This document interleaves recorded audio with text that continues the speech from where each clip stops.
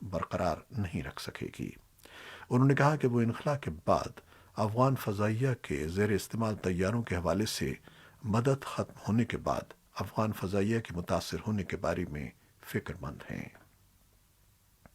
امریکی افواج نے یکم مئی کو اپنے انخلا کے آغاز سے پہلے اپنا ساز و سامان واپس بھجوانا شروع کر دیا ہے اور ساتھ ہی مقامی ٹھیکیداروں سے اپنے معاہدے ختم کرنا شروع کر دیے ہیں۔ یہ اطلاع جمعرات کے روز امریکی محکمہ دفاع کے ایک عہدیدار نے دی ہے۔ اس فوجی انخلا کو صدر بائیڈن 20 برسوں پر محیط امریکہ کی طویل ترین جنگ کے خاتمے کا نام دیتے ہیں۔ افغانستان میں اس وقت امریکہ کے تقریباً 2500 اور اتحادی افواج کے تقریباً 7000 فوجی موجود ہیں۔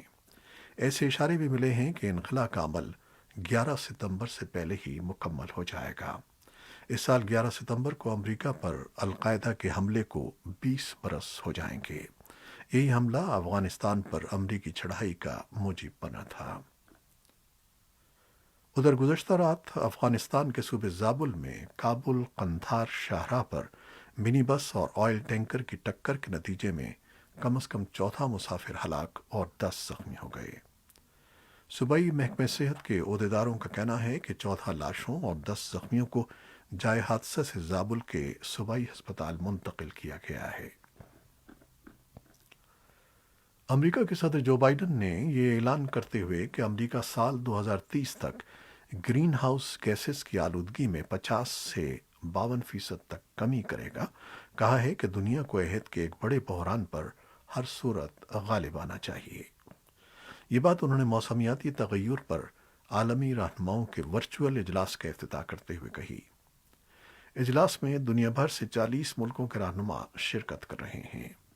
برطانیہ کے وزیر اعظم بورس جانسن نے صدر بائیڈن کے اعلان کی تعریف کرتے ہوئے اسے گیم چینجر قرار دیا اور کہا کہ موسمیاتی تغیر کے خلاف لڑائی میں اس کے اثرات بڑی تبدیلیوں کا پیش خیمہ ہوں گے۔ اقوام متحدہ کے سیکرٹری جنرل اینٹونیو گوٹریس نے سربراہ اجلاس سے خطاب میں کہا کہ ہمیں کرۂ ارض کو ماحول دوست بنانے کی ضرورت ہے، لیکن دنیا اس وقت ماحولیاتی تبدیلیوں کے حوالے سے انتہائی خطرات سے دوچار ہے۔ کینیڈین وزیر اعظم جسٹن ٹروڈو نے بھی سال 2030 تک گیسوں کے اخراج کو 40 سے 45% تک کم کرتے ہوئے اسے 2005 کی سطح پر لانے کے عزم کا اظہار کیا۔ جرمن چانسلر اینگلا مرکل نے اس بارے میں خوشی کا اظہار کیا کہ امریکہ موسمیاتی سیاست پر دوبارہ تعاون کر رہا ہے۔ جاپان اور برازیل کے رہنماؤں نے بھی اجلاس سے خطاب کیا۔ پاکستان کو 2 روز قبل ہی اجلاس میں شرکت کی دعوت دی گئی تھی۔ وائس آف امریکہ کے استفسار پر ماحولیات پر وزیر اعظم کے معاون خصوصی ملک امین اسلم نے بتایا کہ اجلاس میں وہ خود پاکستان کی نمائندگی کریں گے اور ماحولیاتی مسائل اور ان سے نمٹنے کی پاکستان کی کوششوں کا اعادہ کریں گے۔ امریکی سینٹ نے جمعرات کے روز بھاری اکثریت سے نئے قانون کی منظوری دی ہے جس کا مقصد کووڈ-19 کی وبا کے دوران ایشیائی امریکیوں کے خلاف بڑھتے ہوئے نفرت انگیز جرائم سے نمٹنے کی کوششوں کو تقویت بخشنا ہے۔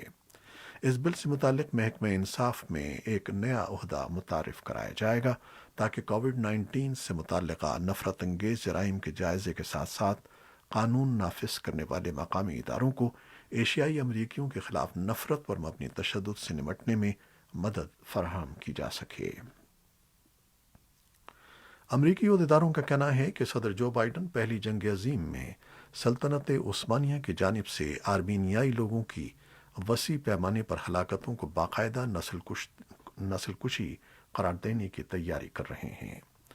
اپنا نام نہ ظاہر کرنے کی شرط پر اس حساس موضوع پر بات کرتے ہوئے امریکی عہدیداروں نے بتایا کہ یہ اعلان ہفتہ اپریل کے دن متوقع ہے، جسے متاثرین کی یاد میں سالانہ دن کے طور پر منایا جاتا ہے۔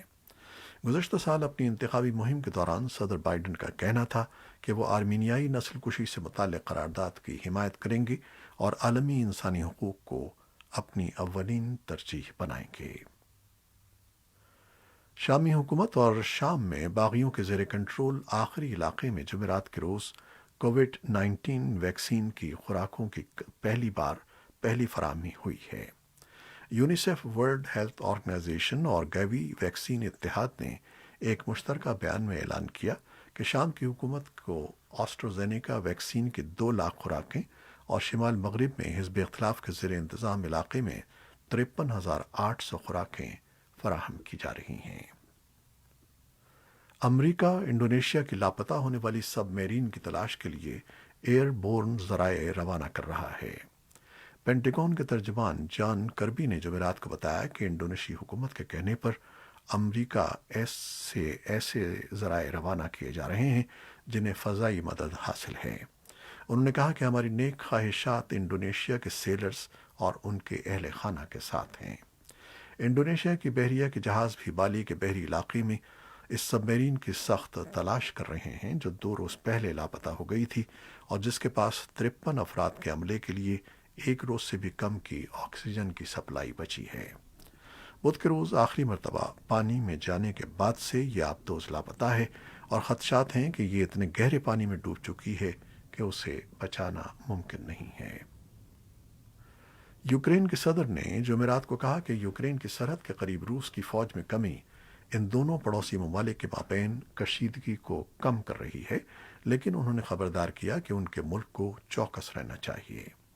اس سے قبل روس نے ہزاروں کی تعداد میں فوجیوں کی بڑے پیمانوں پر مشقوں کے بعد انہیں اپنے اڈوں پر واپس جانے کا حکم دیا تھا۔ ان مشقوں کی وجہ سے پڑوسی ممالک کے مابین کشیدگی میں اضافہ ہو گیا تھا۔ امریکہ اور نیٹو نے کہا کہ روس کے کرائمیا سے الحاق کے بعد اس علاقے میں جمع ہونے والے روسی فوجیوں کی یہ سب سے بڑی تعداد تھی۔ روس کے وزیر دفاع سرگئی شوگو نے کرائمیا اور مغربی روس میں مشقوں کے خاتمے کے اعلان کے بعد فوجی دستوں میں کمی کا حکم دیا۔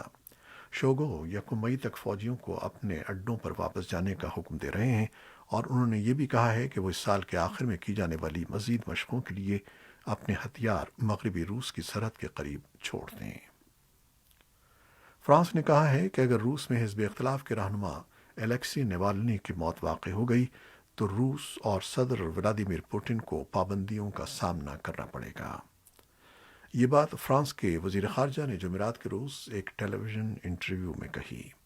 فرانسیسی وزیر خارجہ کا کہنا تھا کہ ہم ضروری پابندیاں عائد کریں گے اور اس کے ذمہ دار مسٹر پوٹن اور روسی حکام ہوں گے۔ انہوں نے امید ظاہر کی کہ فرانس کو اس حد تک نہیں جانا پڑے گا۔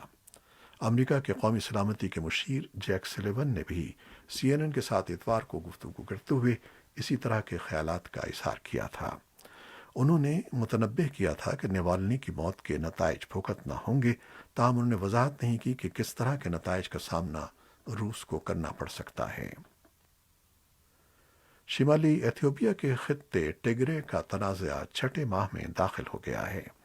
ایسے میں اقوام متحدہ کی سلامتی کونسل نے جمعرات کے روز اپنی خاموشی کو توڑتے ہوئے وہاں امداد کی فوری فراہمی اور حالات کو معمول پر لانے کا مطالبہ کیا ہے۔ 15 رکنی کونسل کے بیان میں ٹیگرے میں خواتین اور لڑکیوں کے خلاف جنسی اور صنف پر مبنی تشدد کی اطلاعات کے بارے میں بھی گہری تشویش کا اظہار کیا گیا ہے۔ آسکر ایوارڈ کے منتظمین نے کہا ہے کہ 93 برس کی تاریخ میں پہلی بار اس سال کی تقریب ایک منفرد انداز سے منعقد ہوگی۔ اس بار منتظمین کو عالمی وبا کی وجہ سے عمومی انداز کے بجائے تقریب کے انعقاد کے نئے طریقے سوچنے پڑے۔